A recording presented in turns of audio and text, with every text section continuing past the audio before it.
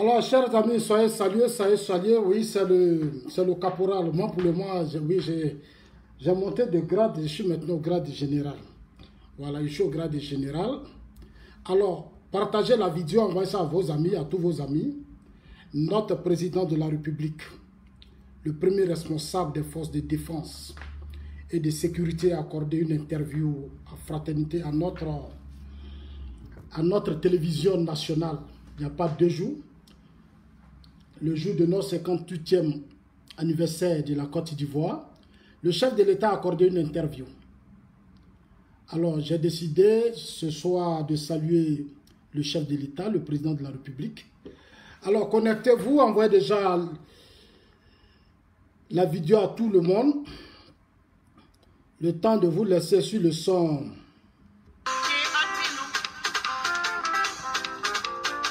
Connectez-vous, chers amis. Partagez la vidéo à tout le monde. Connectez-vous, partagez la vidéo à tout le monde.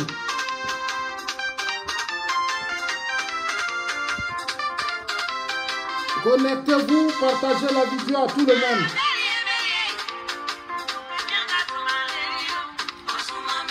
Alors, le 7 août a été l'indépendance de notre pays. 58e anniversaire de notre pays. On a vu un défilé militaire impressionnant. Mais avant le défilé militaire, nous avons suivi le discours, l'interview accordée par notre télévision ivoirienne à notre chef de l'État, le président Alassane Ouattara. Chers amis, on va parler. Envoyez la vidéo à tout le monde. Tout citoyen qui aime la Côte d'Ivoire doit partager cette vidéo. Parce qu'il y a de l'espoir. La Côte d'Ivoire a changé. Dans peu de temps, nous allons sortir des guerres, des conflits inutiles pour faire place à une nouvelle classe d'hommes politiques en Côte d'Ivoire. Hier, notre père a parlé, le père de la nation, le chef de l'État, le chef suprême des armées. Il y a eu une démonstration militaire. Aujourd'hui, on a montré aux yeux du monde entier. Merci, Ndoye, maman Tigresse Sidonie. Merci. Alors, chers amis, on a célébré notre fête d'indépendance. Je vous ai dit que je n'étais pas là, mais je suis là. Je suis maintenant en treillis militaire. Voilà, chacun pour lui. Pour moi, c'est caporal. Voilà, c'est caporal. Voilà. Donc, envoyez la vidéo à tout le monde. Envoyez la vidéo à tous vos amis. En tout cas, ça va bien au pays. Ça va depuis que le président Ouattara est au pouvoir. La Côte d'Ivoire est tranquille. La Côte d'Ivoire va bien. Hier, vous l'avez remarqué, à Treichville, ce qui s'est passé, on a suivi un défilé militaire. Alors, pour commencer la vidéo, je voudrais d'abord vous dire, on n'a pas assez de temps. Moi, maintenant, j'ai dit, je ne parle plus beaucoup, pas de 1 heure. 1 heure, c'est trop. Voilà, donc partagez la vidéo à tout le monde. Et puis, on commence, on va vite. Parce que maintenant, on va plutôt parler. On a passé combien d'années sur les réseaux sociaux à parler? Les gens nous ont combattus, ils nous ont insultés, ils ont tout dit, mais nous on sait qui on suit. C'est-à-dire quand tu sais qui tu suis là, tu es trop serein. Quand tu sais le leader que tu suis là, l'homme politique que tu suis, tu dors tranquille, tu n'es pas... C'est-à-dire quand tu parles là, tu n'as pas honte. Moi depuis je parle là, depuis combien d'années? Je suis en Europe ici, je parle, est-ce que j'ai honte? J'ai pas honte. Quand il y a une situation au pays, je fais ma vidéo, je dis monsieur le président, j'appelle mes amis du pouvoir, j'appelle le gouvernement en tant que citoyen ivoirien. J'ai dit, nous on vit en Europe ici. Voilà comment les gens font. Là-bas, là, gérez bien les choses. Ne vous amusez pas avec le pouvoir. Le pouvoir, c'est Dieu qui donne. Quand on a ça, on ne joue pas avec. Chacun vient faire sa part. On t'a nommé ministre, on t'a nommé ceci, on t'a nommé cela. Là où on t'a mis, là, il faut faire ton travail. Voilà, demain tu vas partir, d'autres viendront. Mais toi, tu dois laisser ton nom. C'est ça, un combat politique. Donc alors, chers amis, envoyez la vidéo à tout le monde. Anglo Bal est là. Je suis là, Anglo, tranquille. Toujours serein. Toujours serein. Voilà. Hier, donc, envoyez la vidéo, partagez la vidéo. Le président a parlé, le président a parlé. Le président de la République a parlé, il a parlé. En tout cas, je viens président serein. Il a lui-même, il a dit, lui, il est serein. Voilà. Il dit, faites-moi confiance. Il a dit, faites-moi confiance. Pays là, il ne va pas laisser quelqu'un jouer avec lui. Parce qu'il sait d'où vient. Le président Ouattara sait d'où vient. Il connaît son passé politique. Il sait où il est quitté. Je vous ai dit ici que le président Ouattara, son père, a été l'un des financiers de Félix Houphouët-Boigny. Avant les indépendances, son père c'était un commerçant. Ils étaient auprès de Félix Houphouët-Boigny. C'est pour ça que quand Houphouët dit mes compatriotes le traitent d'étranger, c'est mon compatriote, les opposants le traitent d'étranger. Houphouët sait de qui il parle. Il sait de quoi il parle parce qu'il sait que Alassane Ouattara c'est son petit frère. C'est le fils de son ami qui allait de Burkina, il allait faire ses études très petit. Après Gembokro, il allait faire ses études. Il a suivi son père, il allait faire ses études au Burkina. Du Burkina, il a eu une bourse étrangère, il allait aux États-Unis. C'est comme moi aujourd'hui, mon fils en Suisse.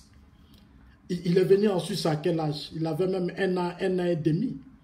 Et il est venu en Suisse. Demain, il va retourner dans son pays, on dira quoi?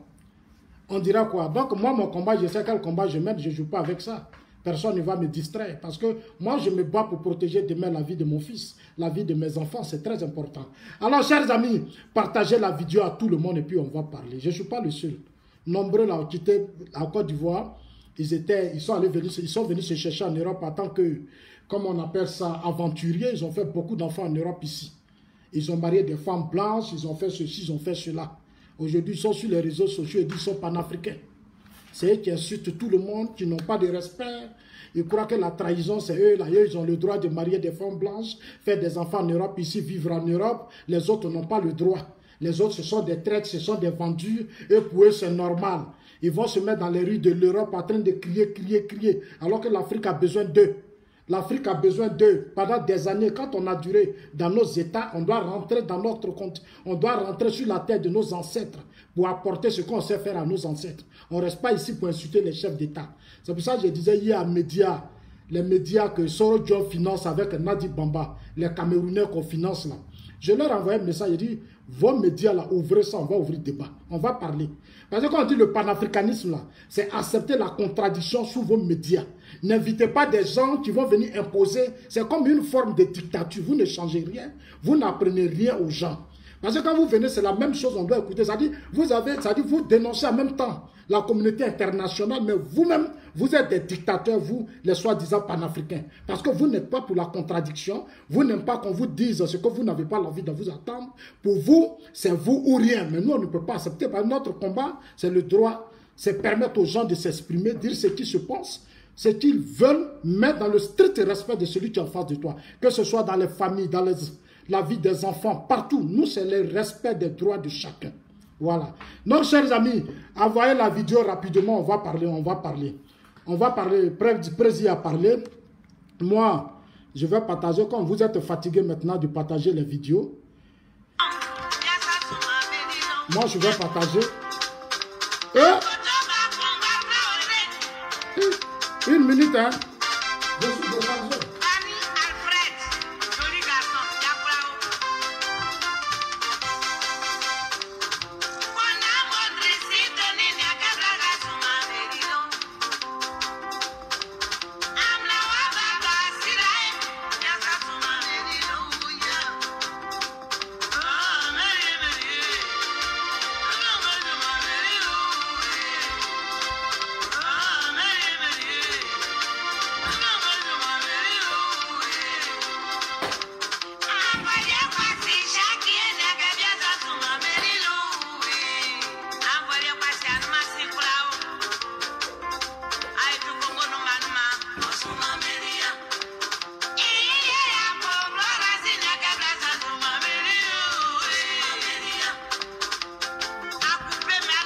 Ok.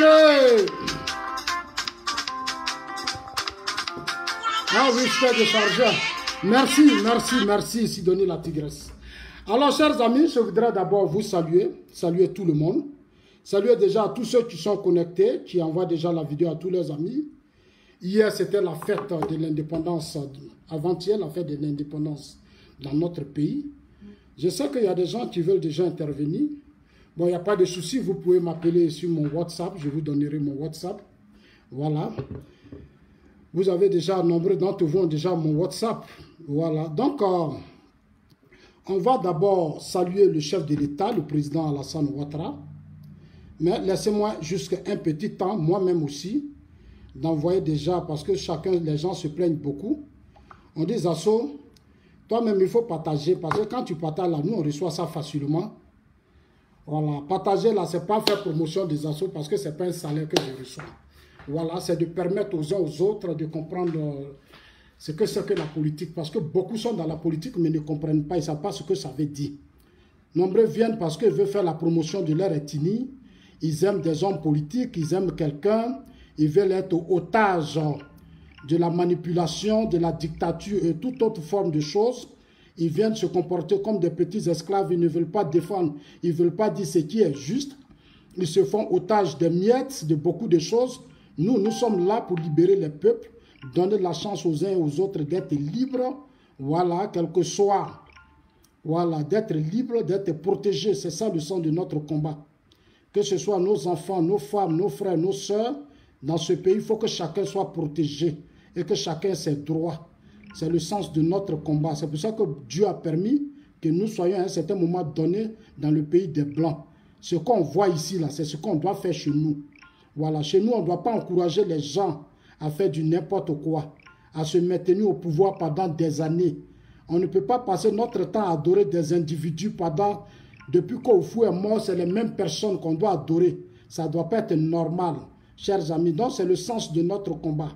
Alors, chers amis, le chef de l'État a parlé. Je vais d'abord vous faire écouter déjà une partie du discours du chef de l'État qui m'intéresse ce soir. Projet de modification de la Constitution. Voilà, projet de modification de la Constitution par le président Alassane Ouattara. Au président Alassane Ouattara, nous vous soutenons dans votre projet de modification de certaines lois de notre Constitution actuelle pour une vraie paix, une vraie stabilité et surtout pour le développement que vous avez engagé depuis 9 ans.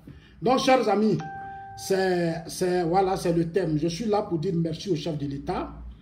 Alors, avant de commencer, je vais déjà vous faire vivre ça, son discours. Voilà. Voilà, c'est alimenté. Là. On y va.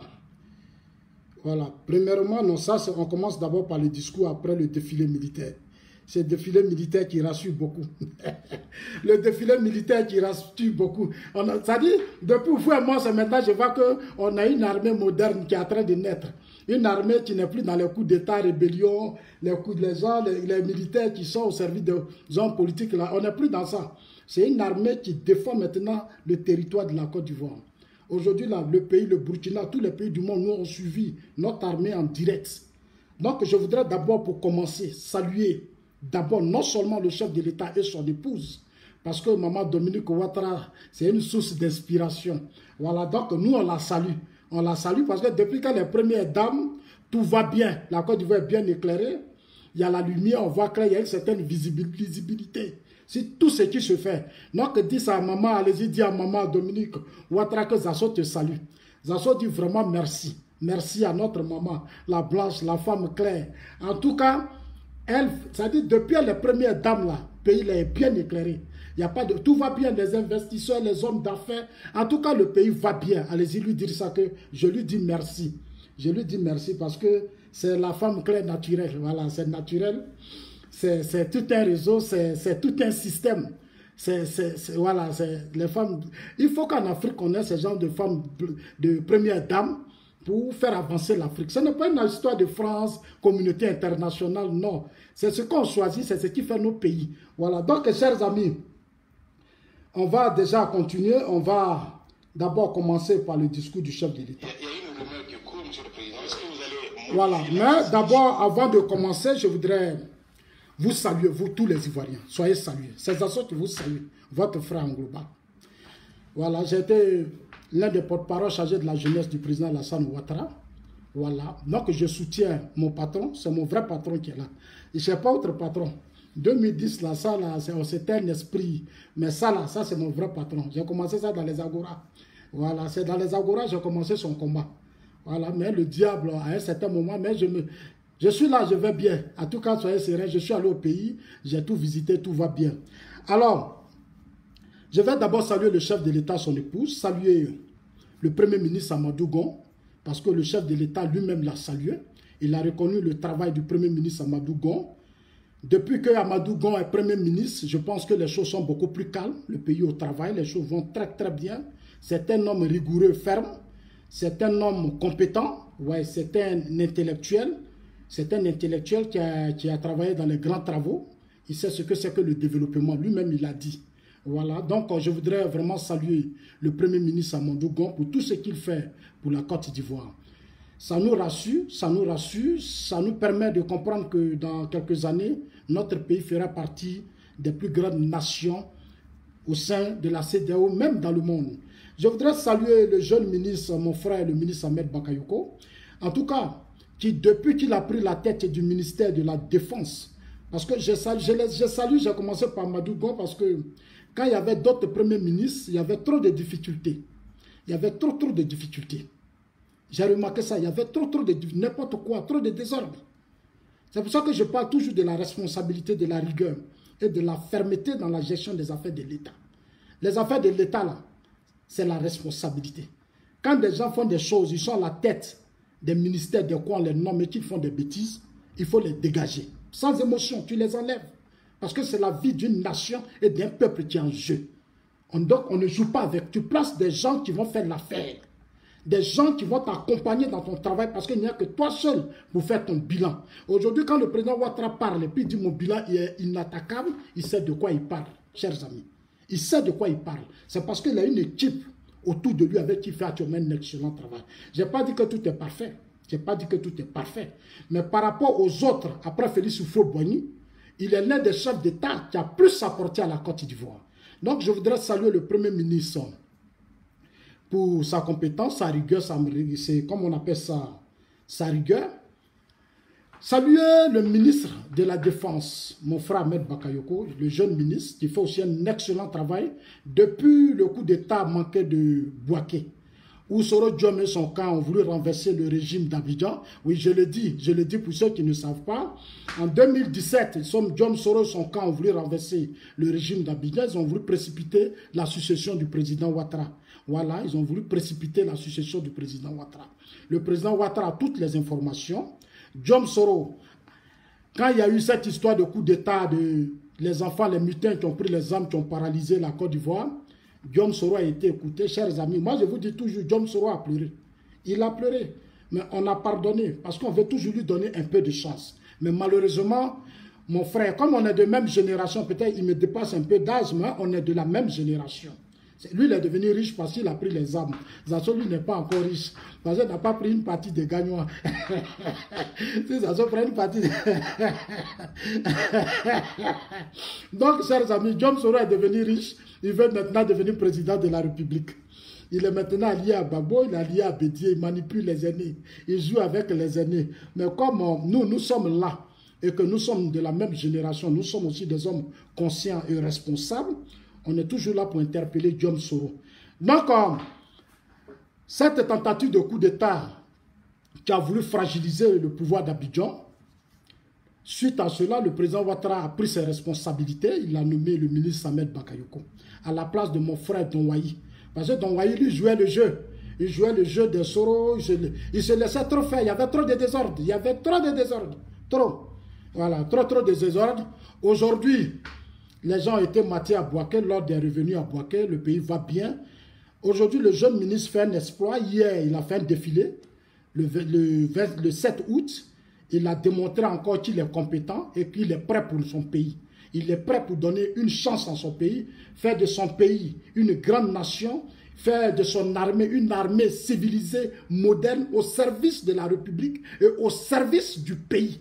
Voilà. Une armée, parce qu'il a dit devant le Premier ministre, donner les moyens pour que... Parce que dans tous les pays civilisés, ici en Europe, l'armée c'est un État dans un État.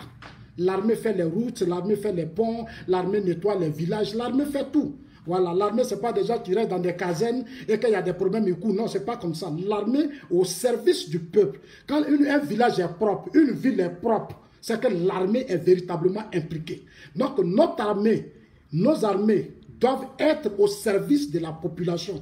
Aller à Bobo, à Djamé, les quartiers sales.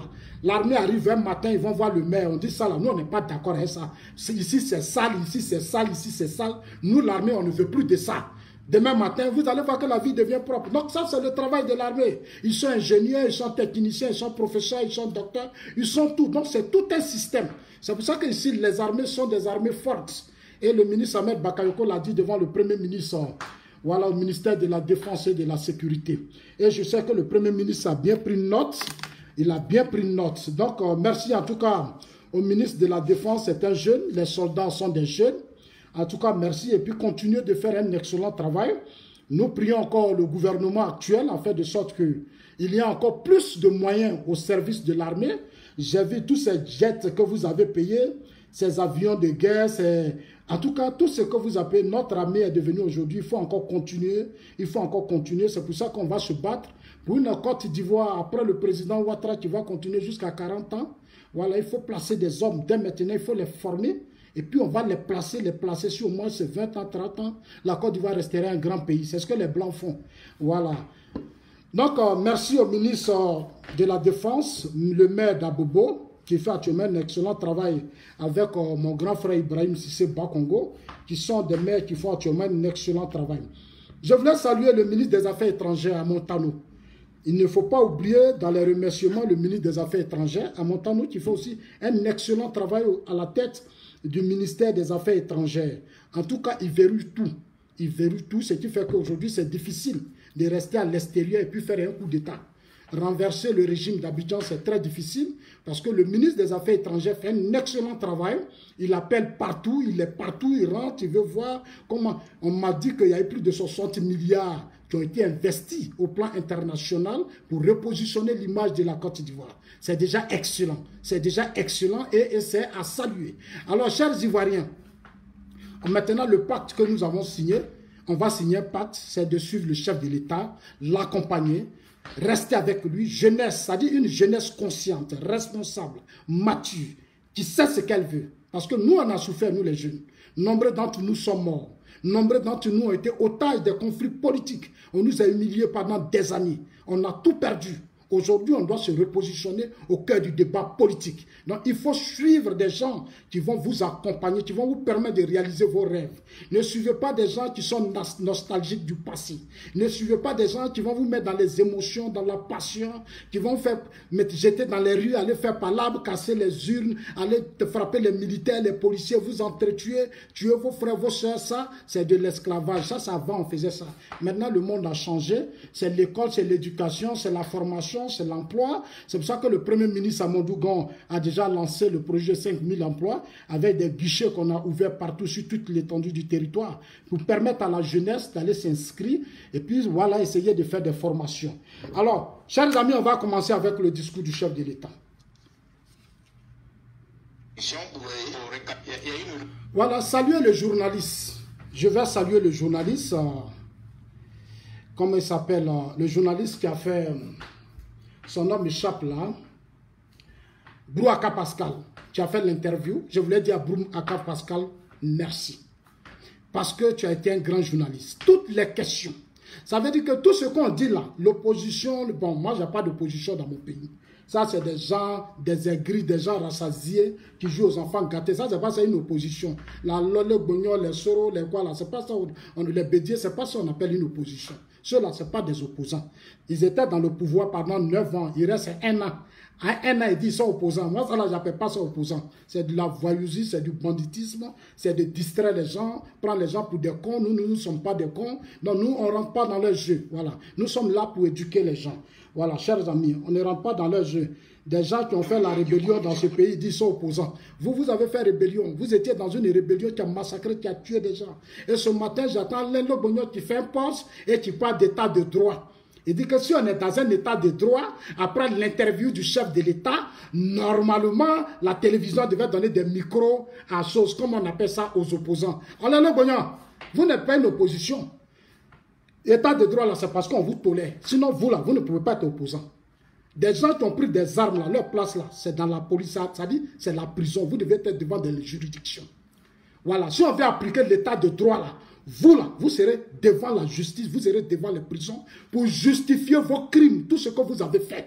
Voilà. Donc, le débat sur l'état de droit, là, je ne sais pas si vous dites que vous êtes intellectuel, mais vous ne savez pas ce que vous dites. Des gens qui ont fait des coups d'État, qui ont occupé des pays ici, 60% du territoire, qui ont massacré des gens, qui veulent faire des leçons à des régimes. Non, le président Ouattara, en fait, le président Ouattara, il a trop pitié de vous. Donc, Alain Lobognon, taisez-vous. Toi, Alain Lobognon, ta région, tes parents, tu les as trop humiliés. Tu les as trop humiliés, tes parents. Tu as trop humilié tes parents avec ta rébellion. Dans ton village, il y a des gens qui ne pouvaient pas s'exprimer à Alain Lobognon. Voilà. Moi, je connais ton village. Je sais ce qui s'est passé. Donc, quand tu parles, il faut avoir du respect pour le président Alassane Ouattara. Voilà. Personne ne vous a envoyé d'aller faire rébellion. C'est vous-même qui avez accepté de faire votre rébellion. Vous l'avez assumé. Non, acceptez que nous aussi, on vous réponde. C'est notre droit. Nous, en soi, on ne peut pas nous enlever ça. Et moi, personne ne peut m'enlever ça. Je dirais ce que je pense parce que je suis aussi ivoirien, je suis citoyen de ce pays. Et c'est pour ça que je dis à ceux qui se disent opposants là, ils n'ont qu'à la fermer.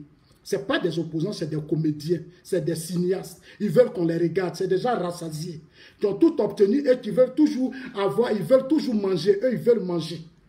Des incompétents qu'on a mis à la tête, des choses qui ont détourné l'argent, on ne vous a pas mis en prison. Vous vous emmerdez les gens alors que vous avez volé beaucoup d'argent. Aujourd'hui vous êtes opposants, c'est vous qui parlez d'état de droit. Mais vous insultez qui même? Vous vous foutez de qui?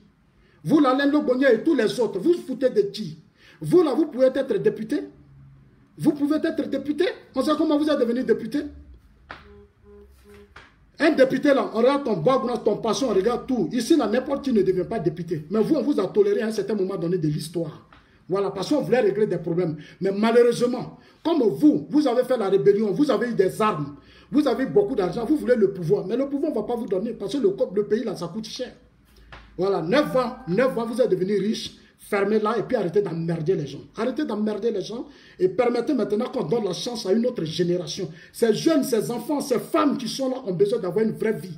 Donc nous, on va se battre pour qu'eux, là, ils aient la vie. On ne va pas jouer vos jeux. La Côte d'Ivoire n'est pas à vous seul. Vous avez eu votre chance, vous avez fait votre rébellion, Gbagbo vous a béni, Gbagbo vous a soutenu, vous a encouragé, il a laissé tout faire, il a laissé votre rébellion rentrer dans la Côte d'Ivoire. C'est pour ça que je dis qu'il est incompétent. C'est pour ça que maintenant, on va rentrer dans le débat de la nouvelle constitution. Non, dites à Alain Lobognon que l'état de droit, là, c'est quand Soro sera arrêté demain, c'est quand lui, Alain Lobognon, sera en prison, c'est quand eux, là, quand on les arrête, ils ne font pas du chantage, quand on vous arrête, là, acceptez d'être devant les juges. Mais le moment arrive, hein. Et ce que je vais dire ici, dans mon direct, là, ce que je vais dire dans ce direct, là, écoutez-moi bien, hein, ce que je vais dire là, ce n'est pas de l'amusement. Je vais vous dire vérité. C'est une vérité. Je vous ai dit que je passe à l'offensive. Le président a parlé, moi, je vais parler. Voilà. Parce que moi, je suis de la société civile. Voilà, nous aussi, on est de la société civile. Alors, on va commencer. Monsieur le Président, est-ce que vous allez modifier la Constitution pour recaler des candidats? Non, mais pourquoi je vais modifier la Constitution? La modification de la Constitution doit être un processus qui dépend de l'opinion. Nous avons une Constitution depuis 2016. On l'a pratiquée. Bon, il est clair qu'il y a des choses qu'il faut modifier dans la Constitution, mais ce n'est pas pour recaler des candidats. Non, non, non, je ne vois pas pourquoi une Constitution devrait recaler des candidats. Moi, je ne souhaite pas être recalé, en tout cas. Et je ne vois pas pourquoi d'autres seraient donc recalés. Mais maintenant, il faut épouser l'air du temps. Nous sommes un certain nombre à avoir un certain âge.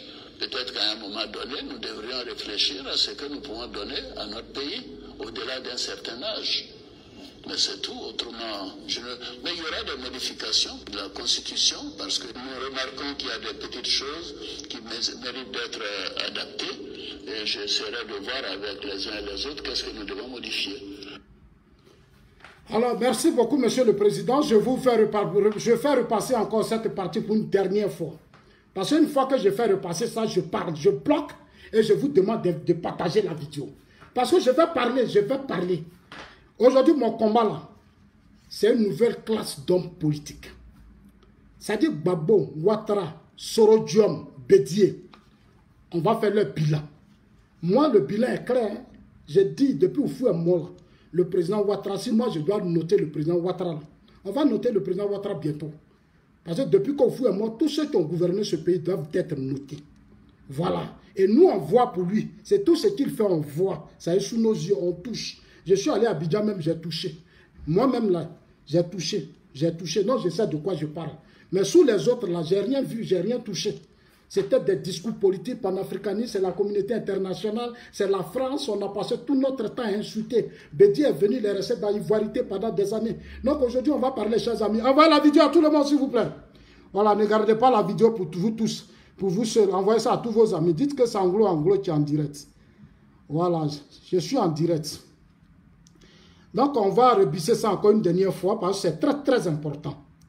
Le discours, ce discours, c'est un discours très important, ce discours que le chef de l'État tient. La modification de la Constitution, le journaliste, Bouaka Pascal, à qui je dis bravo, parce qu'il s'est comporté comme un journaliste blanc. Il n'est pas tourné, c'est-à-dire il n'a pas tourné, non. Et lui, il a posé ce que nous tous on pense là. Lui, il a demandé au chef de l'État. Il dit, monsieur le président, aujourd'hui, là, moi, je vais poser mes questions. Et je pose mes questions avec courage. Je n'ai pas besoin d'avoir peur, d'être égoïste, d'avoir honte, d'être malhonnête. Voilà ce que les Ivoiriens pensent. Est-ce que c'est vrai? Bouaka Pascal, chapeau à toi, cher ami. Cher grand frère, merci. Tu as prouvé que tu es un grand journaliste. Voilà, tu as prouvé que tu es un grand journaliste. Et je suis d'accord avec ça. Voilà, attendez. Monsieur le Président, est-ce que vous allez modifier la Constitution pour recaler des candidats? Non, mais pourquoi je vais modifier la Constitution? La modification de la Constitution doit être un processus qui dépend de l'opinion. Nous avons une Constitution depuis 2016. On l'a pratiquée. Bon, il est clair qu'il y a des choses qu'il faut modifier dans la Constitution, mais ce n'est pas pour recaler des candidats. Non, je ne vois pas pourquoi une Constitution devrait recaler des candidats. Moi, je ne souhaite pas être recalé, en tout cas. Et je ne vois pas pourquoi d'autres seraient donc recalés. Mais maintenant, il faut épouser l'ère du temps. Nous sommes un certain nombre à avoir un certain âge. Peut-être qu'à un moment donné, nous devrions réfléchir à ce que nous pouvons donner à notre pays au-delà d'un certain âge. Mais c'est tout, autrement, mais il y aura des modifications de la Constitution parce que nous remarquons qu'il y a des petites choses qui méritent d'être adaptées et j'essaierai de voir avec les uns et les autres qu'est-ce que nous devons modifier. Ok, chers amis, moi je voudrais dire au président de la République, monsieur le président, c'est vous qui êtes le président de la République, ce que vous avez dit là, faites, modifier la Constitution. Oui, vous l'avez dit clairement et nous, on vous a écouté. Avoir un certain âge, nous devons réfléchir. Au stade Félix Houphouët-Boigny, vous avez tout dit. Au stade du RDR, vous avez tout dit. Si vous estimez qu'en 2020, la situation du pays n'est pas stable, alors prenez vos responsabilités. Soit vous êtes candidat et vous continuez votre travail. Moi, je ne suis plus dans l'hypocrisie.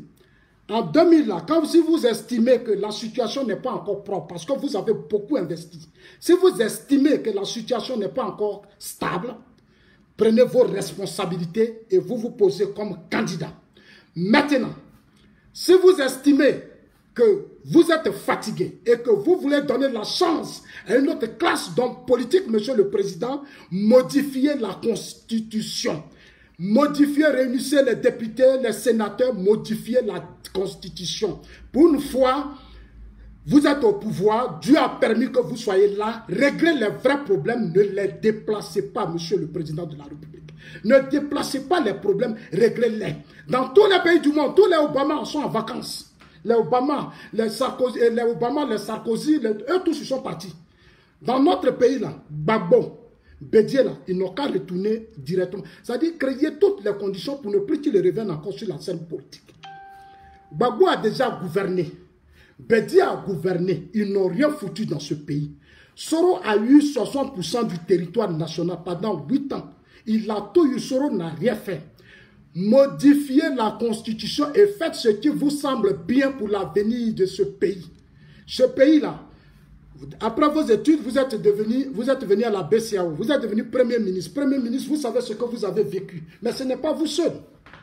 Nombreux Ivoiriens faibles sont morts pour la politique dans ce pays. Dans notre pays, des milliers d'Ivoiriens ont été tués pour la politique. De grâce. Monsieur le Président, prenez vos responsabilités, modifiez la Constitution. Modifiez les lois là. C'est-à-dire l'âge de 60, combien là? Laissez ça là.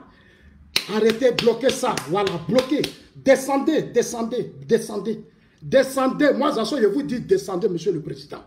Pensez à notre génération, parce que votre combat, ce que j'aime chez vous, Monsieur le Président, c'est que vous avez un grand respect pour vos collaborateurs. Vous êtes l'un des chefs d'État qui prend le risque pour dire « Je me bats pour passer le pouvoir à une autre classe d'hommes politiques ». Gbagbo, Bédié, eux, ils ne sont pas dedans. Eux, là, ils veulent revenir au pouvoir. Depuis des années, on est sur les réseaux sociaux, on regarde. Ils ne veulent pas le changement. Alors qu'en Europe, ici, matin, midi, soir, on change les aînés. Beaucoup vont à la retraite, on met de nouvelles personnes. Mais dans mon pays, surtout en Afrique, dans les pays francophones, les citoyens, les populations, la jeunesse, nombreux sont otages des groupes ethniques, de leurs clans, des partis politiques traditionnels. Aidez-nous, vous êtes un homme moderne. Vous avez fait les États-Unis. Vous avez fait le Fonds monétaire international. Vous avez connu tous les problèmes de ce monde. Vous savez déjà tout. Le vrai problème de la Côte d'Ivoire, c'est que cette génération qui a gouverné après Félix Houphouët-Boigny ont eu trop de problèmes. Il faut les aider à prendre leur retraite. Prenez vos responsabilités et faites ce qui vous semble bien pour l'avenir de ce pays. J'ai vu le défilé militaire, Monsieur le Président. Vous avez dit dans votre discours que vous n'avez pas de problème avec le président Laurent Gbagbo. Vous me l'avez dit ouvertement quand vous m'avez reçu. Et c'est la même chose que j'ai attendu chez vous. Bravo, c'est la même chose que j'ai attendu. Laurent Gbagbo, son problème, c'est qu'il n'a pas compris qu'il était opposant à Félix Houphouët-Boigny et qu'un historien, son premier combat, ça doit être la mémoire. Gbagbo n'a pas compris. Il est venu rester dans le jeu d'Henri Konan Bédié. Il sait que les élections de 2010, les résultats là, ce n'était pas bon pour lui. Il sait. Mais il s'est laissé emporter. Il s'est laissé prendre en otage par des radicaux de son parti. Ces extrémistes qui n'ont même pas de pouvoir, qui sont faibles. C'est-à-dire qu'ils sont là en extrémisme, mais quand il y a palabre, ils ne peuvent rien faire, ils ne peuvent pas sauver quelqu'un. Ils ne savent pas comment on gouverne le monde. Ils ne savent pas que quand on est au pouvoir, c'est pour donner la paix, la stabilité à une nation et à un peuple. Ils ne savent pas quand on prête serment. Quand on dit je prête serment, c'est pour défendre un peuple, c'est pour donner la stabilité, c'est pour protéger les frontières d'un pays. Gbagbo n'a pas compris. Les gens sont rentrés en Côte d'Ivoire rapidement, ils ont bloqué le pays. Gbagbo doit prendre sa retraite, Monsieur le Président. Ça se vous demande ça personnellement. Ils n'ont qu'à prendre leur retraite. Il ne faut plus venir sur la scène politique. Tout ce que vous avez mis aujourd'hui comme institution, moi je vous soutiens. Aujourd'hui, vous avez créé une nouvelle armée, vous avez beaucoup investi, les routes, les ponts, tout ce que vous avez fait, c'est des investissements, c'est beaucoup de crédits, c'est des apports. Beaucoup de choses ont été faites. Alors prenez vos responsabilités. Faites ce que vous pouvez faire, parce que je vous connais. Ouattara, ça veut dire je fais. Ça dit quand je dis là, je fais. C'est ce que ça veut dire Ouattara. Quand on dit Ouattara, Ouattara, ça veut dire quand je dis, je fais. Vous avez décidé de modifier des lois. Faites ce qui vous semble bon pour l'avenir de la Côte d'Ivoire. Au stade Félix Houphouët-Boigny, vous avez fait un plan sur 50 ans. Un plan sur 50 ans, c'est possible, nous pouvons le faire. Ça se fait dans tous les pays du monde. Moi, je suis ici, je n'aime pas souvent exposer beaucoup de choses, mais je dis, si on dit un plan sur 50 ans de stabilité, on peut le faire. Ça dépendra de ce que nous voulons mettre en place. Et vous le faites si bien, vous avez une très bonne équipe avec qui vous travaillez. À un certain moment donné, vous avez vu beaucoup de failles. Vous avez changé le système politique. Vous avez mis Ahmed Gon Coulibaly à la primature, Ahmed Bakayoko au ministère de la Défense. Vous avez mis Amon Tano au ministère des Affaires étrangères. Actuellement, tout va bien. Monsieur le Président, ça c'est une très bonne équipe. Vous êtes un bon entraîneur. Moi, je vous conseille encore d'aller plus loin pour changer encore certaines dispositions. Je vous soutiens dans le changement, dans la modification de la nouvelle constitution. Moi, ma génération, une génération consciente et responsable, mature, qui sait ce qu'elle veut, qui sait d'où elle vient et où elle va. Elle ne cherche pas à être otage de quelqu'un. Elle veut être libre. Elle veut voir son pays devenir un grand pays dans la sous-région. Au Ghana, aujourd'hui, j'ai fait le pays anglophone, donc je sais de quoi je parle. Là-bas, ce n'est pas les émotions, c'est le travail. La jeunesse au travail. La jeunesse n'est pas otage de la politique. Matin, midi, soir, ou en Côte d'Ivoire, chaque jour, chaque jeune, quand il se réveille, c'est de venir sur les réseaux sociaux pour insulter la maman des Assauts au nom de Gbagbo, au nom de Bédié, au nom de Soro. Ils vont venir t'insulter matin, midi, soir, comme si tu n'avais pas le droit de t'exprimer. Pour eux, c'est normal. Tout ce qu'ils disent, on doit accepter. Tout ce qu'ils veulent, mais moi, je ne suis pas esclave. Moi, j'ai été à l'école. Quand mon papa payait mon école, là, mon grand-père, quand il payait mes études, là, il n'est pas allé faire cotiser les gens.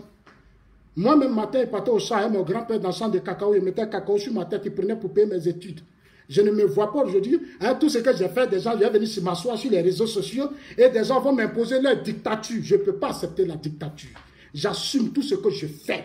Et je ne reculerai pas devant tous ceux qui tenteront de violer les droits des Ivoiriens. Je ne reculerai pas parce que c'est ça un combat, un vrai combat. Le vrai combat, c'est le combat de la paix, de la stabilité, de la justice et du développement. Vous êtes engagé dans ce combat. Monsieur le Président, vous êtes notre père à tous. Bientôt là, si vous partez, pardonnez, confiez-nous une très bonne équipe. Et je sais que vous avez une bonne équipe. Vous-même, vous savez qu'actuellement, vous avez une très très bonne équipe. Continuez de leur donner des conseils. Ils n'ont qu'à apprendre à partager aussi. Cette équipe-là, il faut qu'elle apprenne à partager. Il faut que ces gens-là apprennent à tendre la main à tout le monde. Le RHDP, et continuer d'insister pour leur dire que le RHDP n'est plus le RDR.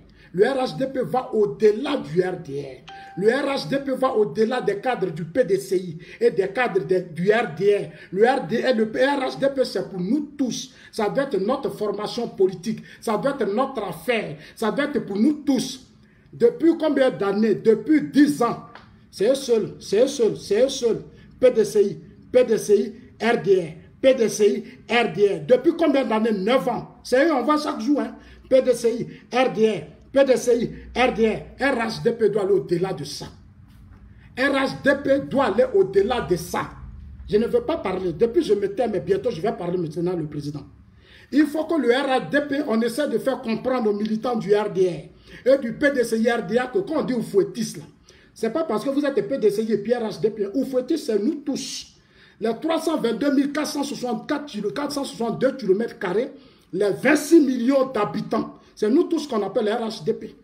On veut créer 2 grands blocs politiques, comme on le fait dans tous les pays civilisés du monde. Aux États-Unis, en France, en Suisse, partout. Alors, de grâce, dites à nos aînés qui sont là, qui sont avec vous, qu'ils apprennent maintenant à lever le pied. Il faut que le RHDP soit le plus grand parti politique.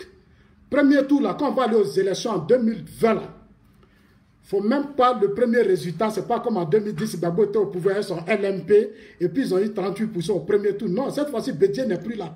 Et Bédié ne sera pas candidat en 2020 parce que vous allez modifier la Constitution. Bédié ne sera pas là parce que vous allez modifier la Constitution. Moi, je compte sur vous, Gbagbo, Bédié, Diom Soro. Surtout Diom Soro. Monsieur le Président, le deuxième point de mon intervention, je vais revenir dessus.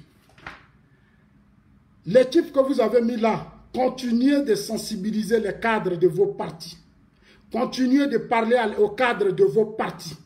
Ils sont en train de faire un excellent travail, c'est beau. Mais le combat social sera l'ouverture. Il faut qu'ils apprennent à s'ouvrir. Ils sont maintenant au pouvoir. C'est sur eux les choses doivent se régler. C'est à eux d'aller vers les autres. Ce n'est pas aux autres de toujours courir derrière eux. C'est à eux d'appeler les autres Ivoiriens pour travailler ensemble. C'est ça qui crée les conditions de la stabilité. Vous l'avez dit dans votre discours.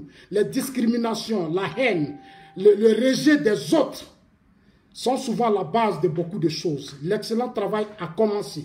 La sensibilisation a commencé. Vous avez fait les routes partout sur toute l'étendue du territoire. Vous êtes en train de faire des merveilles.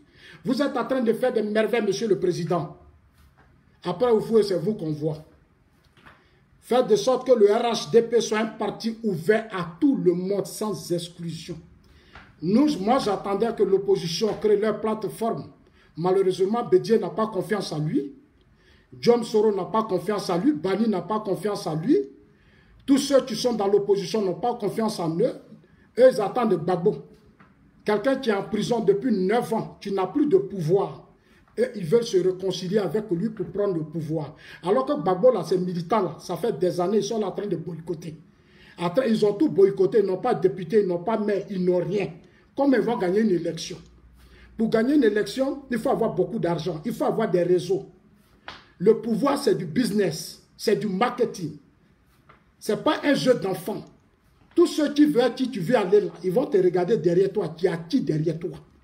Tu veux qu'on te soutienne, on va mettre notre argent, des milliards derrière toi pour faire campagne. Mais l'argent, là, il faut rembourser.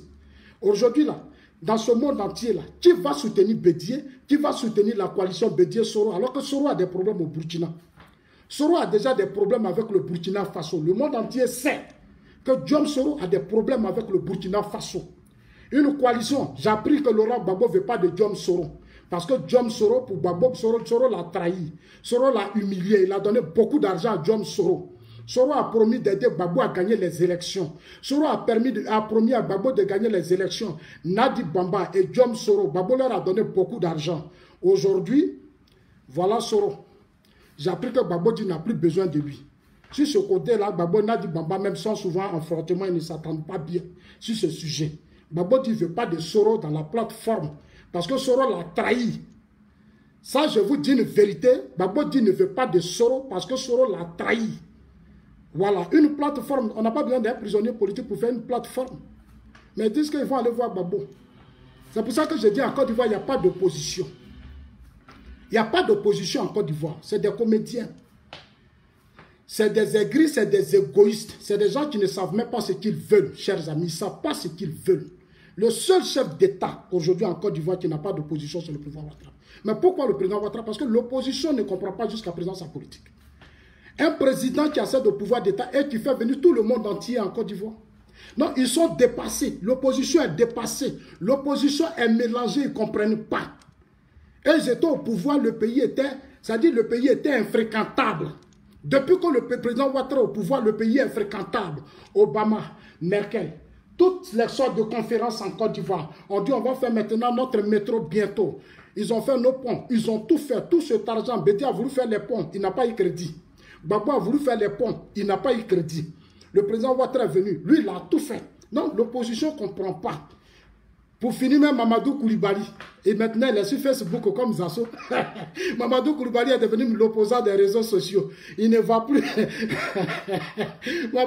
Mamadou Koulibaly, matin, midi, soir, il est sur Facebook. C'est sur Facebook que Mamadou Koulibaly critique.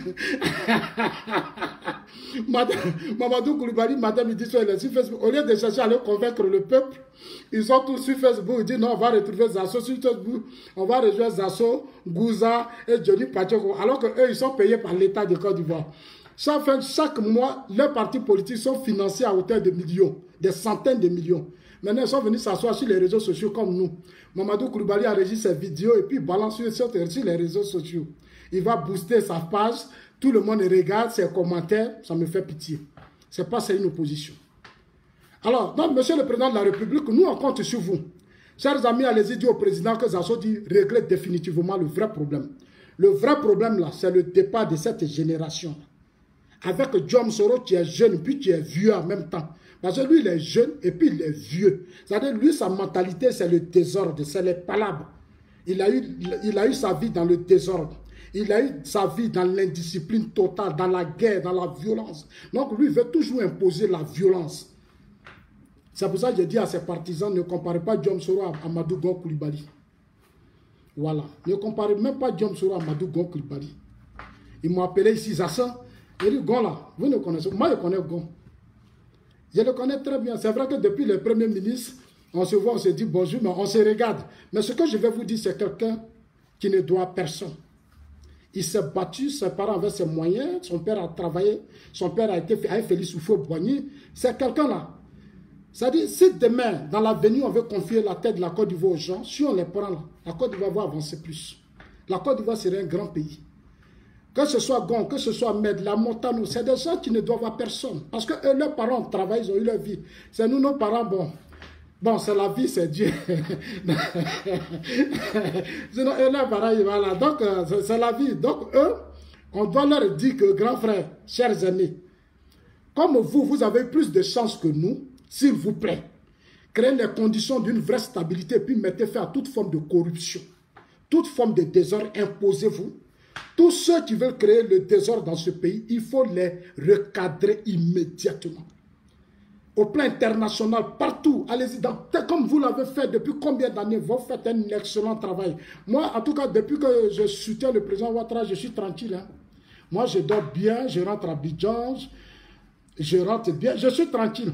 En tout cas, je suis tranquille. Je suis tranquille. Excusez-moi, je vais boire un petit verre d'eau et puis on va revenir sur le deuxième point. Je vais boire un petit verre de 1 minute et puis on termine.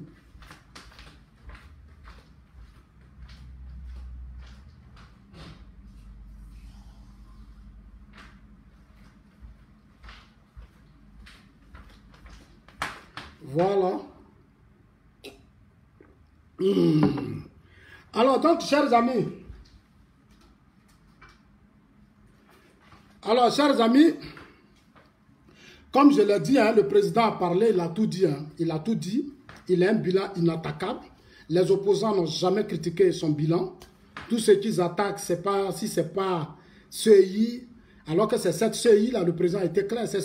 Avec cette CEI, les Alain Lobognon, comment elle s'appelle, Yasmine, les Harikona Bedi ont eu des députés, ils ont eu des maires, ils ont eu des présidents de conseils généraux. C'est avec cette même CEI. C'est même Youssou Bakayoko là qui a fait que vous avez eu tout ça. Donc aujourd'hui, venir nous parler de la CEI, c'est irresponsable, c'est immature, c'est pas politique. C'est la mauvaise foi, c'est la malhonnêteté. Et moi, je dénonce cette malhonnêteté de tous ceux qui veulent à chaque fois s'attaquer à la CEI. Depuis que Oufou est vivant, c'est les structures qui organisent les élections en Côte d'Ivoire qu'on attaque toujours. Non, moi, je n'ai pas de problème avec les structures qui organisent les élections en Côte d'Ivoire. J'ai un problème avec les hommes politiques en Côte d'Ivoire. Ces égoïstes-là, ces gens qui veulent se servir du pouvoir pour s'enrichir, devenir des hommes forts, des hommes puissants, et puis marcher sur les gens, piétiner le peuple. C'est de ça que moi je parle, c'est ça qui est mon problème. Quand ils essaient de pouvoir d'État, comment ils vont devenir riches, contrôler tout avec leur famille, leurs frères, et puis les autres là, ils sont là maintenant et puis les autres observent. C'est de ça que nous dénonçons, nous on n'est pas d'accord avec ça. Voilà. C'est pour ça que je ne veux pas que ces gens-là qui ont gouverné ce pays, avec l'ivoirité, la xénophobie, qui ont passé sur les temps, se mettent sur les réseaux sociaux pour dire qu'on combat la communauté internationale. Aujourd'hui, ils sont aujourd'hui dans le pays des Blancs. Bedi en France, Gbagbo en France, Diom Soro en France, eux tous ils sont en France.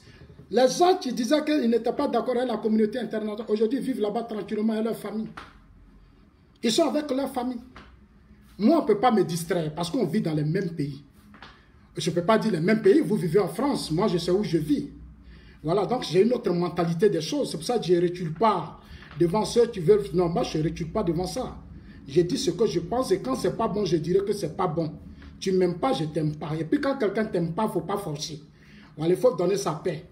Bédié là, monsieur le président, Bédié là ne vous aime pas. Gbagbo là, il ne va jamais vous aimer. Bédié et Gbagbo, ils ne vont jamais vous aimer. C'est de l'hypocrisie.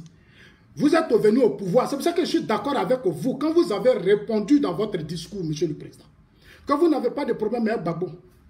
Les gens disent que non, avec que les militants du FPI disent que Gbagbo n'a qu'à revenir. Mais vous avez été clair. Vous avez aussi fait l'opposition. Parce que dans ce pays, quand les gens parlent, on dirait qu'ils n'ont pas de mémoire. On dirait qu'ils ont oublié. Quand les gens parlent, on dirait qu'ils n'ont pas gouverné ce pays. Quand les gens parlent, on dirait qu'ils n'ont pas été au pouvoir. Non, soyons honnêtes, soyons sincères et puis sérieux. Il faut que chacun de nous comprenne que dans ce pays, on a été là et on a eu des comportements, on a posé des actes. Donc quand les autres sont là, il faut qu'on commence à se rappeler que hier qu'on était là, on avait fait ça. Mais est-ce que ce qu'on a fait, est-ce que c'était juste? Est-ce que c'était normal? Est-ce que ça respectait leurs droits? Faut pas, on va dire on aime telle personne, on est dans le combat d'État. Vous menez quel combat? Vous menez quel combat? Non, monsieur le président de la République, en tout cas, l'interview, vous avez été vraiment... vous avez été vraiment au top. En tout cas, toutes les questions, vous avez donné des réponses claires. Les réponses étaient claires et plus propres. Les réponses étaient claires et plus propres. Tout ce qu'on pensait là, c'est ce que vous avez dit. Ça veut dire qu'aujourd'hui, tous les journalistes nous sont sur les réseaux sociaux, ils nous soutiennent, ils écoutent PDCI, RDA, PDCI, tout le monde. Tous les Ivoiriens nous écoutent, nous tous. Vous avez vraiment bien répondu. Bravo, félicitations, vous êtes vraiment le vrai héritier. Je vous décrète le vrai héritier de Félix Houphouët-Boigny. C'est lui qui vient s'asseoir sur les réseaux sociaux ici. Pour dire que l'héritier d'Houphouët-Boigny s'appelle Bédié, il aura affaire à moi. Il aura affaire à moi. Houphouët n'a pas détourné l'argent de la Côte d'Ivoire. Houphouët n'a pas volé. Houphouët a travaillé pendant des années. Houphouët là, il a fait la France. Il a regardé comment les Blancs développaient le pays et puis il a gouverné la Côte d'Ivoire. Celui qui vient ici encore, mais dis-moi, Zasso, que Bédié est l'héritier. C'est que ce monsieur-là, c'est que tu n'as rien compris de ta vie. C'est que tu ne comprends rien de la politique et tu ne comprends rien. Le vrai héritier de Félix Houphouët-Boigny, c'est le président Alassane Ouattara. C'est toute une histoire. C'est toute une histoire. Il a étudié des États-Unis. Il est venu à la BCEAO. Il était à la BCEAO, la Côte d'Ivoire a connu une crise économique et même scolaire, où tous les étudiants étaient dans la rue. On insultait Houphouët voleur, Houphouët ceci. Quand on appelait le président Ouattara, il a tout changé. Tous les ministres qui avaient 5 voitures, 6 voitures, combien de maîtresses, tout ça, le président Ouattara. C'est pour ça que le PDCI ne l'aime pas. On dit lui, il est quitté aux États-Unis, il veut amener la mentalité des Blancs dans notre pays. C'est pour ça qu'on l'a combattu. De certains cadres du PDC l'ont combattu parce qu'ils voulaient imposer la mentalité américaine. Aujourd'hui, beaucoup n'aiment pas Zasso. Quand je suis en direct, on dit Zasso, on m'insulte jusqu'à pourquoi? Parce que je n'ai plus la mentalité du... Ça dit quand j'étais en Côte d'Ivoire dans le temps. Et puis là où je vis là, j'ai fait Ghana, pays anglophone. Et je me retrouve dans un pays qui n'a rien à voir avec la France. Donc ça sera difficile de comprendre Zasso. Je ne ferai jamais de politique pour faire la talakou des gens qui ont échoué. Parce que je veux que mon pays soit toujours un grand pays. Je veux que mon pays soit toujours premier. Je veux que mon pays soit toujours premier dans la sous-région et au plan international. Il faut que la Côte d'Ivoire arrive à se positionner. Il y a des gens sur les réseaux sociaux qui font des vidéos. Non, on va endetter la Côte d'Ivoire. Mais le Japon là, c'est le pays le plus endetté. Même les États-Unis sont endettés. La France est endettée. Auprès des pays arabes, ils sont endettés. Aujourd'hui, là, ce sont des puissances. Ce sont des puissances. Il faut aller chez les autres. Comme ton pays est fragile, ta population, beaucoup ne travaillent pas. Beaucoup ne payent pas d'impôts. On est obligé d'aller vers les autres, prendre des ressources, envoyer des investisseurs et puis permettre à notre pays de se relancer. Combien d'Ivoiriens qui travaillent en Côte d'Ivoire? Combien? Laurent Gbagbo disait ici, non, j'ai payé les fonctionnaires. Mais les fonctionnaires sont combien en Côte d'Ivoire? Ils sont combien? Ils n'atteignent même pas 2000. Ils sont combien? Tu es au pouvoir, tu dis que tu payes les fonctionnaires. Et puis quoi, c'est pas... Les fonctionnaires étaient payés depuis le temps de Félix Houphouët-Boigny. Tu es venu, tu as créé combien d'emplois, combien d'usines, tu as fait des routes d'université. C'est ce qu'on appelle le développement. On ne vient pas s'asseoir pour dire, non, j'ai payé tel fonctionnaire. C'est pas ça, ça ne veut rien dire. C'est des bêtises. C'est des bêtises. J'appelle ça des bêtises, ça ne veut rien dire. C'est pas ça gouverner un pays. Les fonctionnaires, c'est déjà plaqué, c'est comme ça. C'est comme ça. Tu as payé, mais tu as recruté combien? Tu as créé combien d'écoles, d'universités? Aujourd'hui, le monde est dirigé par le secteur privé. C'est le secteur privé qui fait rentrer beaucoup de milliards dans les pays où il n'y a plus de corruption. C'est pour ça que nous disons au président Ouattara, battez-vous pour combattre la corruption. Tous ces étrangers, autres qui sont dans ce pays, qui passent leur temps à prendre toutes les devises, beaucoup de milliards dans notre pays, pour faire rentrer dans leur pays, il faut vraiment recaler tout ça. Il faut que l'argent rentre à l'intérieur. Il faut que beaucoup d'argent rentre en Côte d'Ivoire, reste en Côte d'Ivoire pour permettre de financer les projets de la jeunesse ivoirienne. Même les Ivoiriens de la diaspora, monsieur le président. Plus tard, réfléchissez dans votre programme pour que les Ivoiriens de la diaspora aient votre soutien financier, pour qu'ils deviennent des investisseurs. Quand les Chinois quittent leur pays, ils rentrent avec l'argent dans nos États. Quand les Français quittent leur pays, ils rentrent avec l'argent. Mais c'est un système bien organisé. Je dis aux Africains, tu parles du panafricanisme. Ils ne comprennent pas. C'est pour ça la fois dernière, j'ai dit que vous êtes le meilleur panafricain, monsieur le président. Maintenant, essayez d'élargir les choses, monsieur le président de la République. Essayez d'élargir. En tout cas, le discours était vraiment, en tout cas, top. Hein, top. Je ne sais pas ce que la première dame avait préparé ce jour-là, mais je sais que ce n'était pas Kabato, c'était... Si ça là, si ce n'est pas sauce graine, là, moi, je ne vois pas. Ça, c'était sauce graine. Ça, je vais me renseigner. Parce que ce que le président a mangé avant de venir à la télévision, ça, ce n'est pas Kabato. Ce n'est pas manger des blancs. Ça, là, si ce n'est pas sauce graine et puis agouti, ça doit être hérisson. Si ce n'est pas sauce graine avec agouti, ça doit être hérisson. Alors, en tout cas, vraiment, merci, monsieur le président. Merci pour ce beau discours. Merci pour ce discours. C'était déjà un message fort qui nous rassure. Voilà. La modification de la Constitution va nous permettre de mettre fin à la crise politique en Côte d'Ivoire. La modification de la Constitution va nous permettre de mettre fin définitivement à la crise politique qui a secoué la Côte d'Ivoire pendant des années. La modification de la Constitution va nous permettre de mettre fin à la guerre Gbagbo, Ouattara, Bédié, Diom Soro. Ça va mettre fin à cette guerre définitive. Il faut réduire le plafond de l'âge, ça doit descendre. Voilà. Il faut, monsieur, faites sauter ça, monsieur le président. Ne regardez pas, matin même, levez-vous, appelez les députés, les sénateurs, allez-y, ils n'ont qu'à changer. On ne veut plus voir Bédié en 2000 en candidat, il n'a qu'à rester là où il est. Voilà, Bédié a eu trop d'argent, il est devenu trop riche, qu'il nous emmerde, qu'il nous colle la paix. Gbagbo a eu pour lui, il a fait ce qu'il pouvait faire, il a été l'allié des Blancs, il a été...